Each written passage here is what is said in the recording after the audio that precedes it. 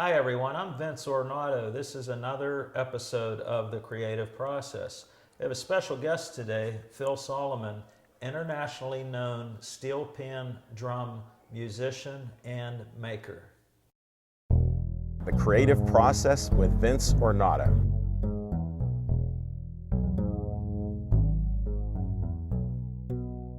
Vince is a professional Pittsburgh artist that works in many mediums. And now Vince is going to share his creative process with you.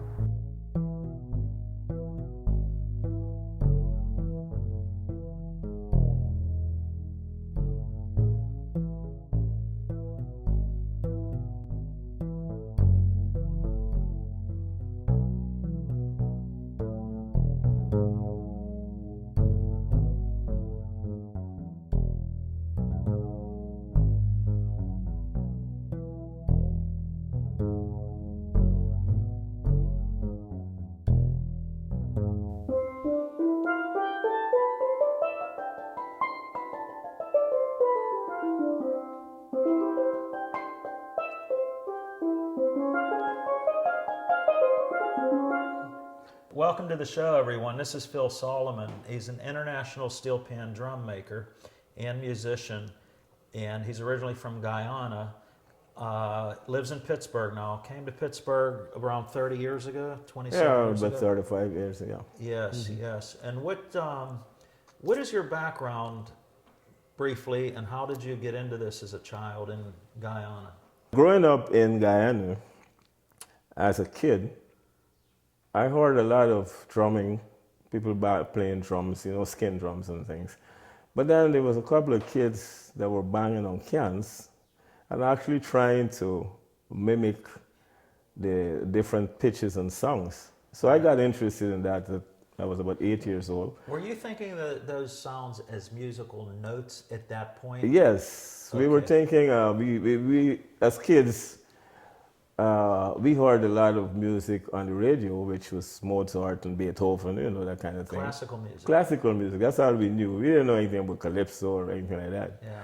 And so we wanted to play Mozart Serenade or, Moonlight Sonata. Moonlights and whatever was playing on the radio. But we couldn't get them on banging drums. So the kids started trying all these little cans, and they find that the cans had different pitches. Yes.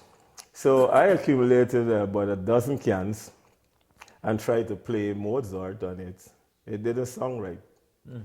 So my dad was an upholsterer at the time, and he had these little hammers. Mm-hmm. And I took one of these little hammers and tried to fix the can so it could play the song that I want. Yes.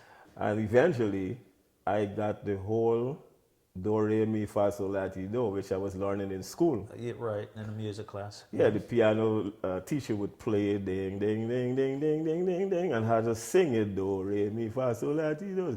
So now I wanted to get that on the cans, and eventually I got them. Yes. I was about 7, 8 years old. So I had these cans, and at Christmas time, I took my cans out by the front yard. Yes. and started playing. Christmas carols? Yeah, playing whatever I could pick up on, from the radio, and people were amazed. Yes. Oh yes. man, and then they start throwing some coins, and I said, oh yeah. I think you told me once at one moment you turned a can. Yeah, this way, I and people realized, sort of well, I put need one- a can now for the money, so I put one empty can there, and I did pretty good that Christmas, but I don't know what happened. I got discouraged, I think, by my mom, and I kind of forget about that for a while. But when I was 14 years old, we moved from that area. And where we moved to, there was a steel drum band. Once I was there and I heard the band, I was about 14. Mm-hmm. I got excited. Oh, there's this steel, yes, the steel band yes. with drums. I got excited. And so I sneaked out in the afternoon, go visit the band. Okay. 2, 3 times, the lady said to me, he said, hey, Smalley, you like this thing? I said, yeah. He said, you ever played before? I said, no. He said, you like to play? I said, sure. Yeah. So he put me on 2 pans, which is similar to this one right here. Yeah. And he showed me what you call a chord structure. Chum, from chum to chum to chum to, you know. He said, you got it? I said, yeah. So I got it. I was so excited. Yes. I got it in the first try. Yeah. So the other guys came, they started playing.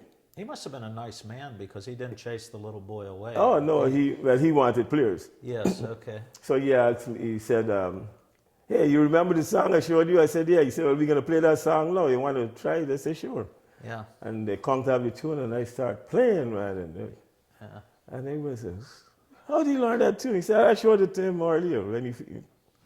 Next day I went back, he showed me another tune. Okay. I played it. Yeah. He said, I thought you said you never played before. Uh-huh. I said, I never played before. Well, in 1 month, I learned 30 songs.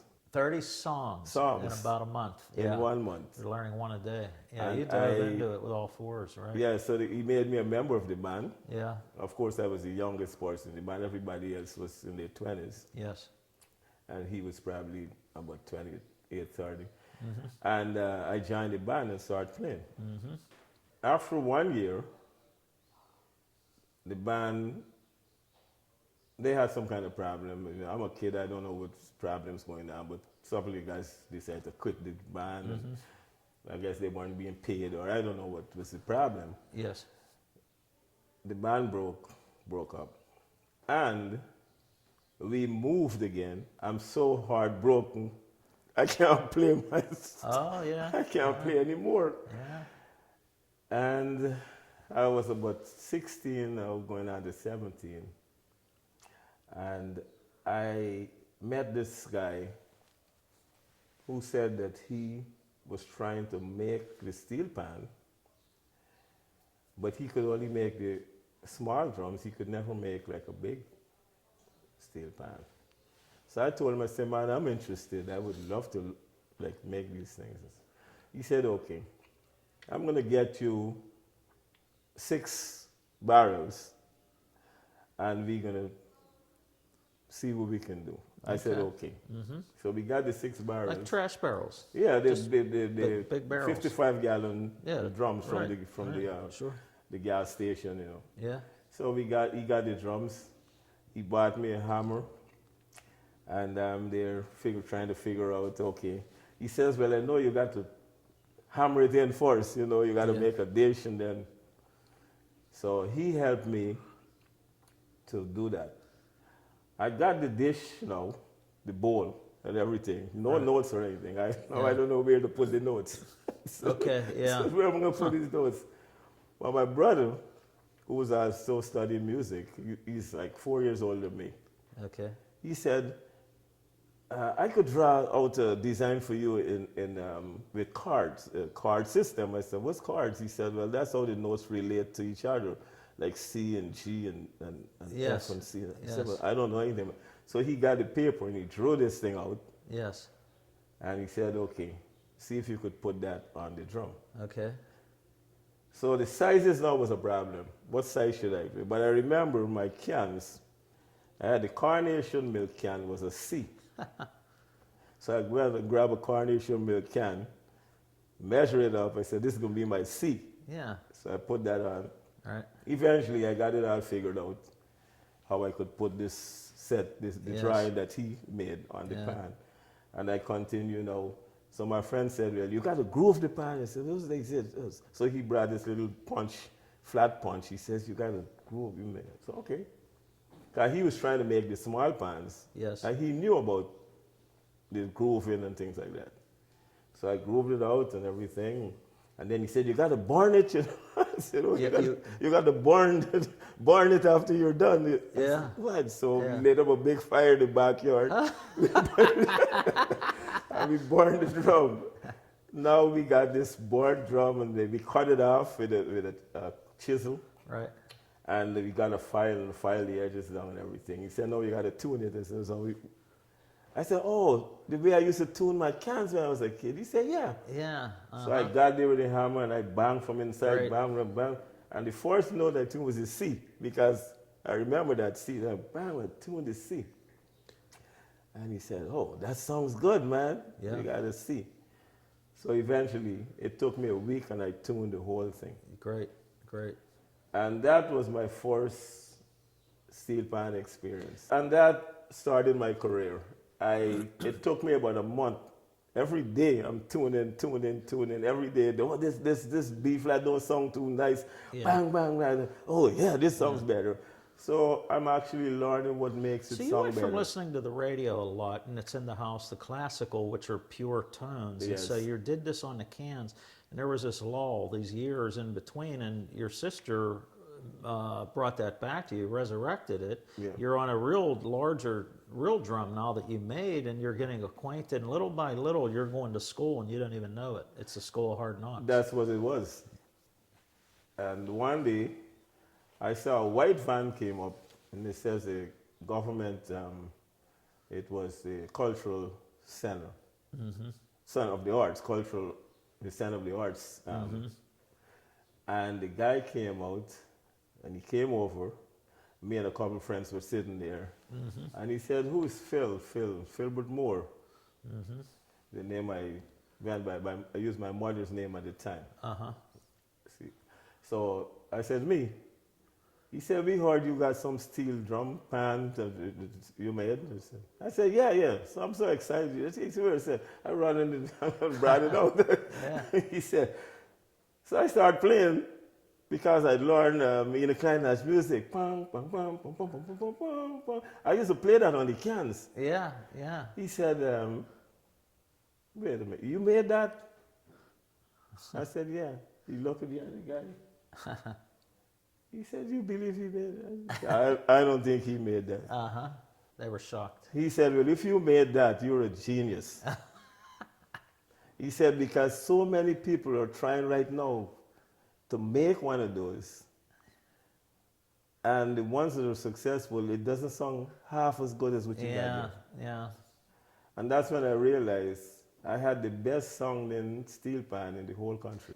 And so at that point, the government called me in and they said, listen, we want to start a national steel man, and we'd like for you to be a part of this process. Yeah.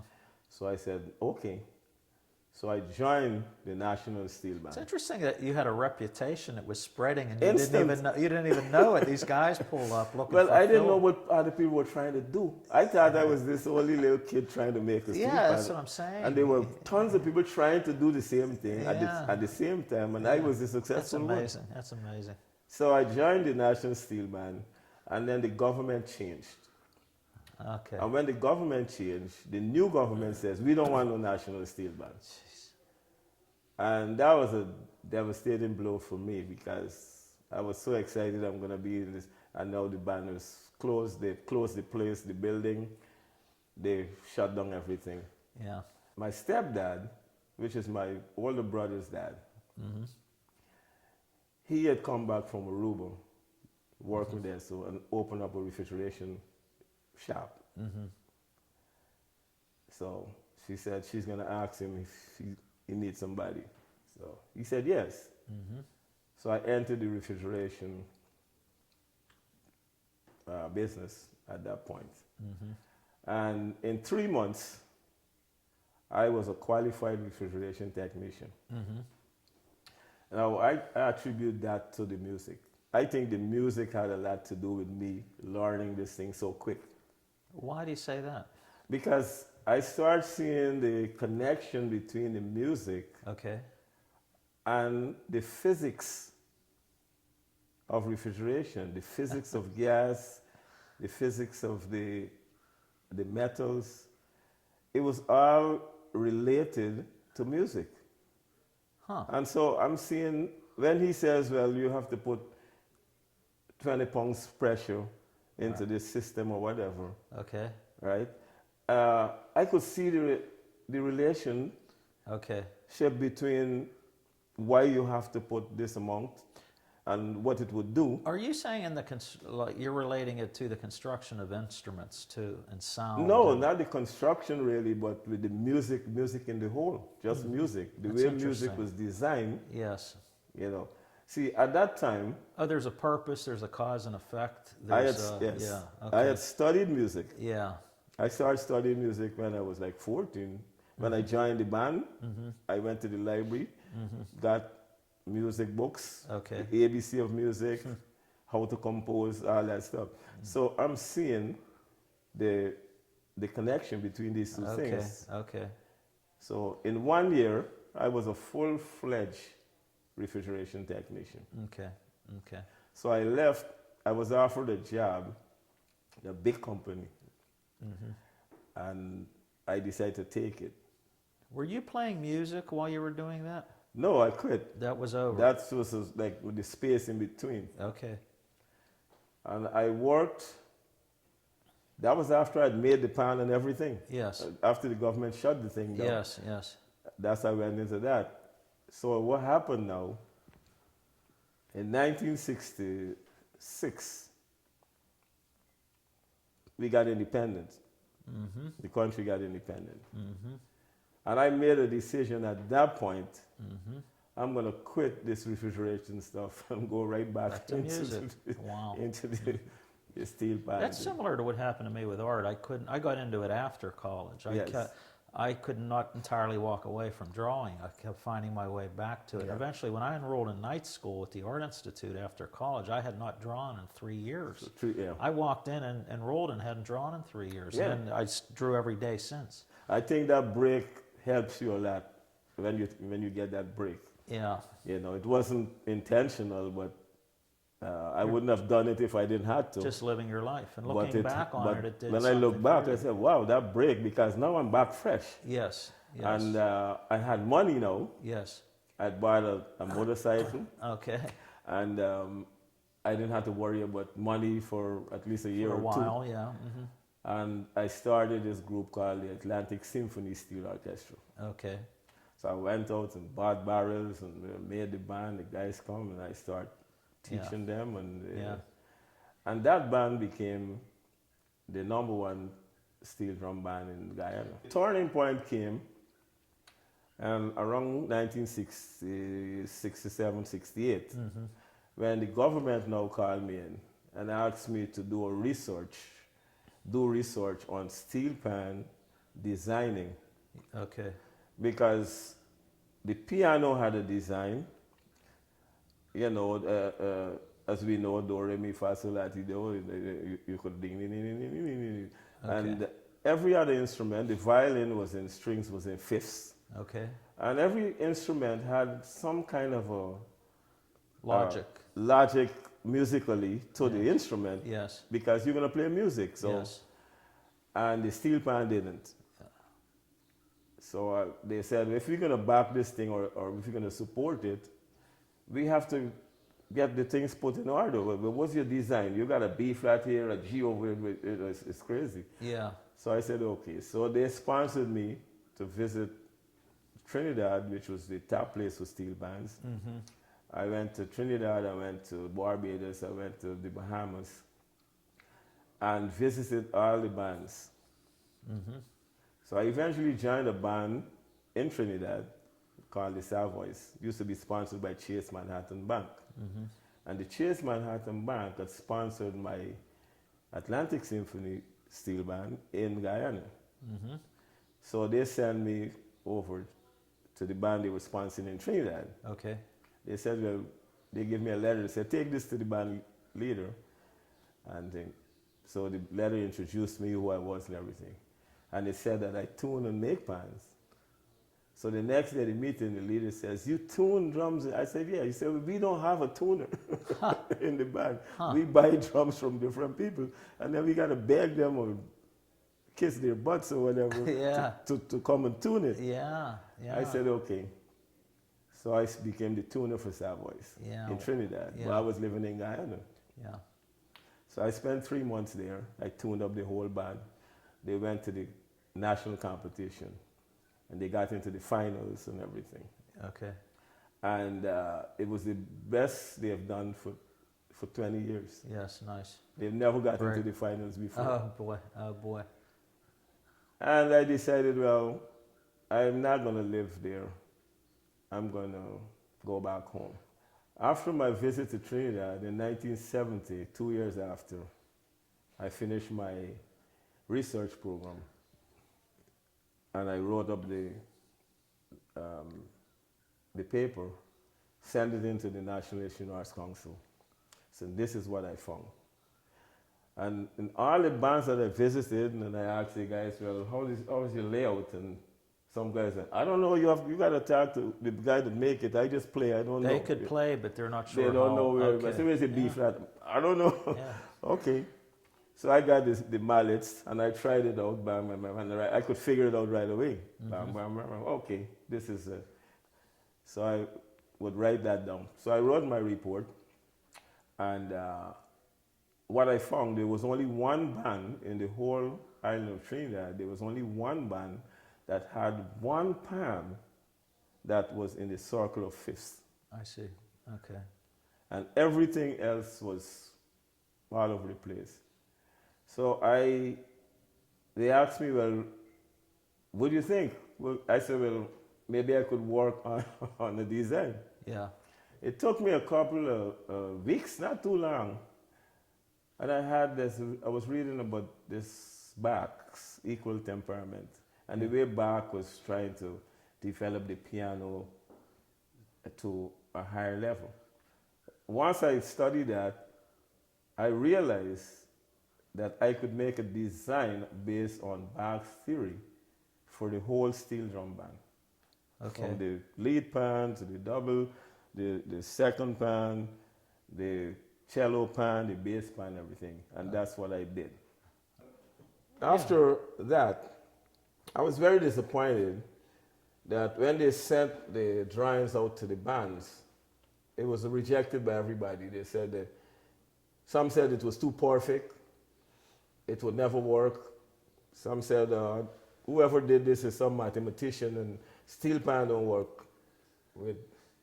They were having trouble comprehending it initially. They understood what it was, but the biggest problem that they had is the problem that Bach had. And because I studied history, I understood right away.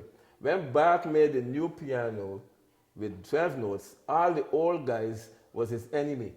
Uh-huh. And they hated him. Yeah.